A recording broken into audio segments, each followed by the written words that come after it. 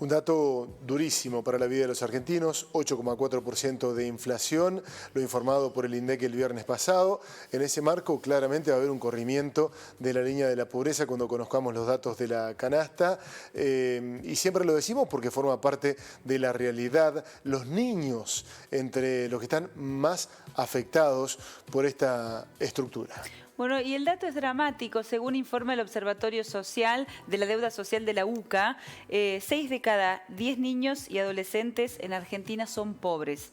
Para conocer los detalles del informe nos ponemos en contacto con Carolina Martínez, quien es becaria doctoral CONICET e investigadora de la UCA. Carolina, muy buenas tardes, ¿cómo estás? Hola, buenas tardes, ¿cómo están? Bien, un gusto saludarte. Bueno, ¿cómo están observando la situación que ya es estructural de la pobreza y la afectación fundamentalmente de niños y adolescentes? Sí, como bien decías, la pobreza está afectando a 6 de cada 10 niños y niñas, y también lo que se puede ver es que por más que haya aumentado la asignación la asignación universal por hijo, aún así sigue subiendo, sí, efectivamente, sí. ¿Por qué hay más niños pobres que hogares pobres? ¿Cómo se explica ese dato? Lo que pasa es que hay que pensar que quizás hay más de un niño por hogar. Y la encuesta de la Deuda Social Argentina, a diferencia de otras encuestas, releva la información por cada niño. Entonces es más preciso el dato.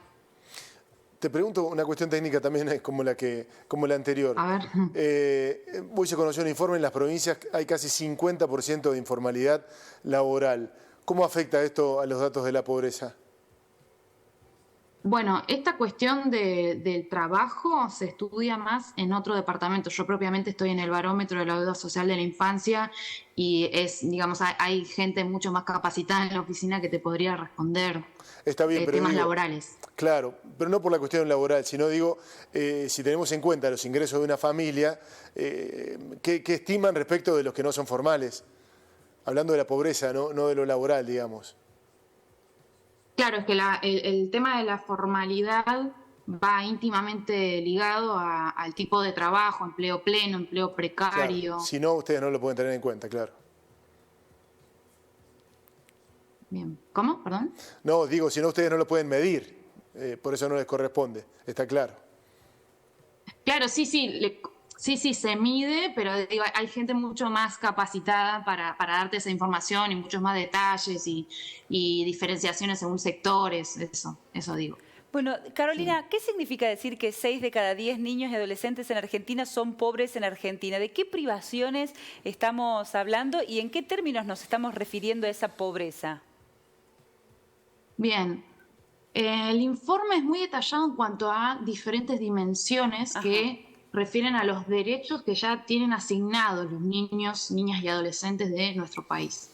Son derechos fundamentales, como por ejemplo el derecho a la salud, ¿no? Si bien sabemos que hay una cobertura estatal que es gratuita, hay un indicador que nos resulta muy importante, que es el de cobertura en obra social, mutual o prepaga, ¿no?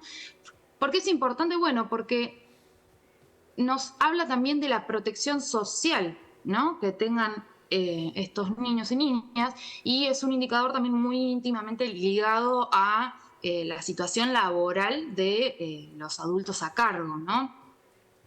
Es también un indicador muy importante porque ayuda mucho a lo que es la atención preventiva. Sí, es decir, no esperar a que el niño esté enfermo para llevarlo a un seguimiento, sino que haga los controles, ¿no?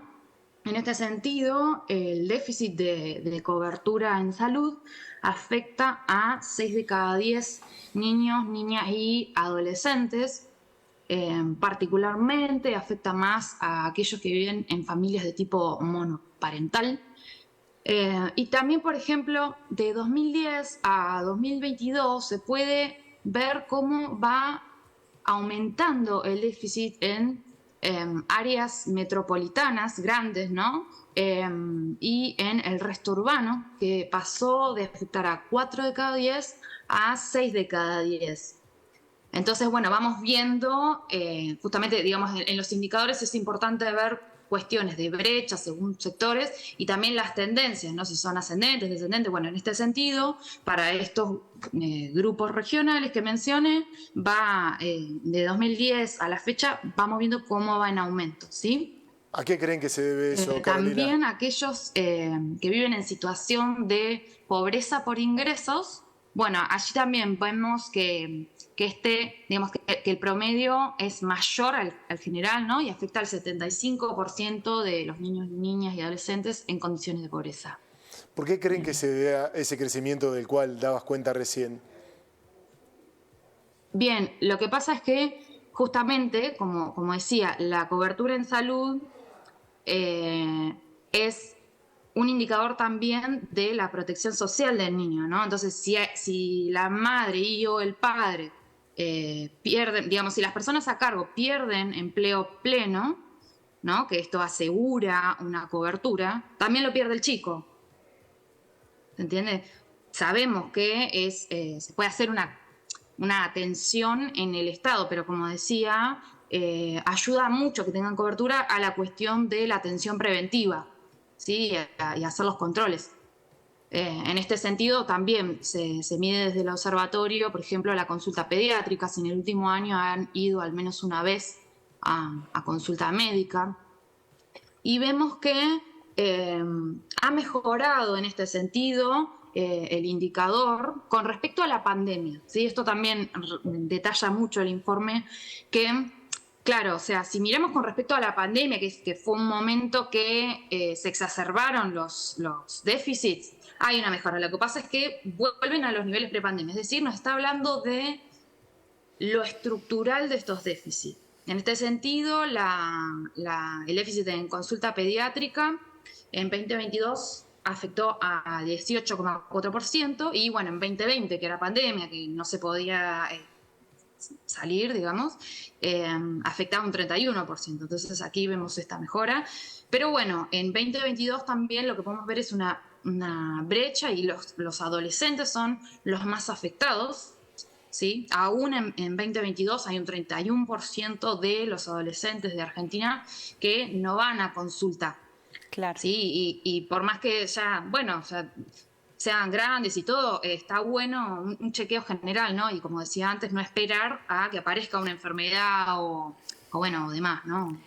Carolina, consultarte. Recién nos decías que las áreas metropolitanas, los grandes centros urbanos son los que, bueno, tienen los peores escenarios. Pero si tuvieses que como geolocalizar en regiones del país, pensando en el norte, en el sur, en el centro, ¿dónde es más sensible la cuestión de la pobreza infantil?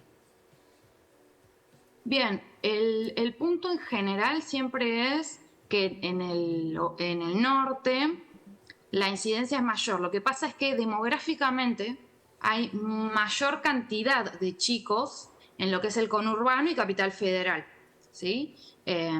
Entonces, claro, ¿qué pasa? En general hablamos de porcentajes, ¿no? Claro. Y no en términos de cantidad, por esto, para poder hacer comparaciones que nos resulten claras, ¿no? Porque si comparamos en cantidad de chicos, no es lo suficientemente esclarecedor.